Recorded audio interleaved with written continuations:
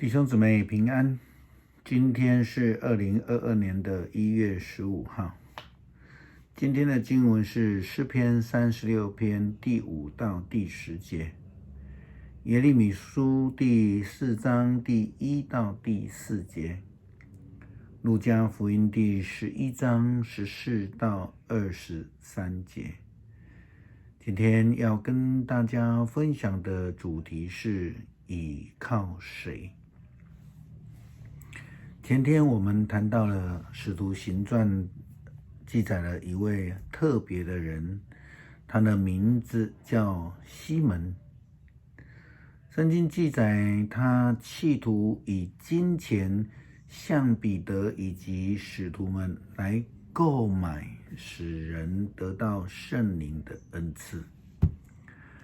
这样的人，他想要靠钱做事情，甚至认为在信仰里面钱就可以处理所有的事。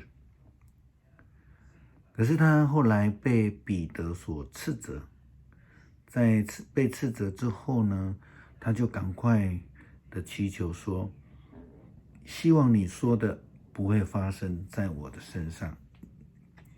这件事情让我们必须认真的去思考，我们所依靠的是谁的能力。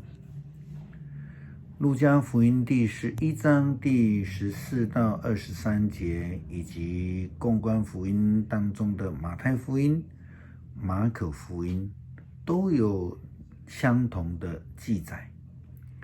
在记载当中，我们看到耶稣医治好了一位哑巴，从他的里面呢，将这个邪灵赶出去。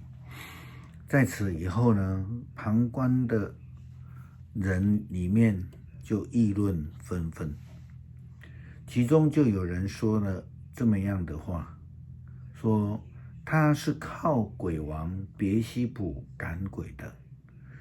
真的吗？为什么这些人会这样想呢？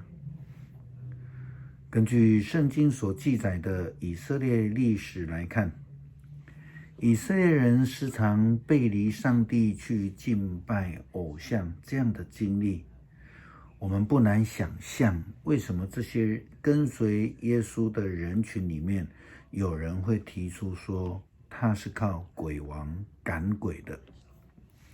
像这样的论点，在他们的口中出来是不足为奇的。我们也要从耶利米书第4章第1到第4节看出，圣经这样记载说，上主这样说，以色列人啊，如果你们要回头，就回到我这里来吧。如果你们除去我憎恨的偶像，不再摇摆不定，你们就可以用至诚、正直、公平的态度指着我的名发誓，这样万国都会向我求福，都会颂赞我。上主这样告诉犹大和耶路撒冷人，你们要开垦没有耕犁过的土地，不要在荆棘中撒种。犹大和耶路撒冷人啊，你们要在心灵上受割礼，把自己献给我，你们的上主，不然你们的恶行会激怒我，使我怒火中烧，没有人能够扑灭。我们可以看到，在这个时期的以色列人，他们并没有回头，他们还是继续在敬拜偶像，他们还笑想要依靠偶像神明的力量，但这个真的是可靠吗？当然是不可靠的哈。那我们来看，在福音书所记载的，耶稣将这个哑巴的人医治，赶了他的里面的鬼魂，他所依靠的是什么能力呢？要进一步来思想，基督徒在现今我们要依靠什么能力呢？耶稣基督这样回答那一些人的问题，他说，也有些人想要陷害他，要求他行个神迹来表明他所做的是出于上帝。耶稣知道他们在想些什么事，就对他们说，任何国家自相纷争，必然衰败；一个家庭自相纷争，必然破碎。如果撒旦自相纷争，他的国度又怎样能够站立得住呢？你们说我赶鬼是靠别西卜，果然是这样的话，你们的子弟赶鬼又是靠谁呢？你们的子弟证明你们是错的。然而，如果我靠上帝的能力赶鬼，这样证明了上帝已经在你们当中掌权了。一个武器齐备的武士守卫自己住宅的时候，他的财物是安全的。但是一个比他更有力的武士来了，制服了他，就会把他所依靠的武器都夺走，而且分了他所盗取的赃物。那不跟我同伙的，就是反对我；那不帮我收据的，便是在拆散了。也就是说，提出这样的疑问的人，基本上是没有常识的。因为一个国家跟别的国家在打仗的时候，怎么有可能有一个国家派出一队来打自己呢？耶稣基督除了回答他们的疑问之外，还说那些反对他的人其实就是敌对他，跟上帝作对。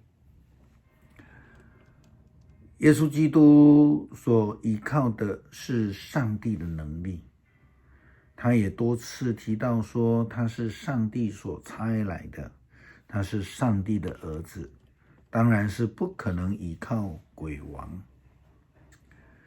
基督徒要靠谁呢？这个问题其实非常简单，因为我们在祷告的结束的时候，我们会说，祷告是靠耶稣基督得胜的圣名求，不是吗？圣经诗篇也这样告诉我们，我知上主会救他所选立的王，从他的圣高天来应答他，以他的大能力使他得胜。有人依靠战车，有人依靠马匹，你们却信靠上主，我们的上帝。他们要瓦解扑倒，我们却坚立不移。这是诗篇20篇第6节到第8节。所以我们要确信，我们所要依靠的就是上帝。我们一起来读诗篇36篇第5到第10节。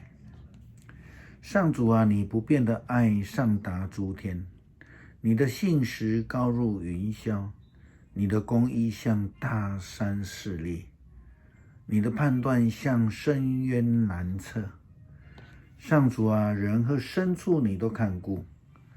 上帝啊，你不变的爱多么宝贵！人都在你的翅膀下得到庇护，他们在你家中享受盛宴，你给他们喝你喜乐的泉水，你就是生命的泉源。在你的光照中，我们得见光明。求你不断的眷顾认识你的人，求你继续善待正直的人。我们一起来祷告，谢谢天父成为我们的依靠，恳求上帝继续帮助我们，倚靠主来得胜，胜过生命当中所有的困境。祷告是奉靠主耶稣基督的名求，阿们。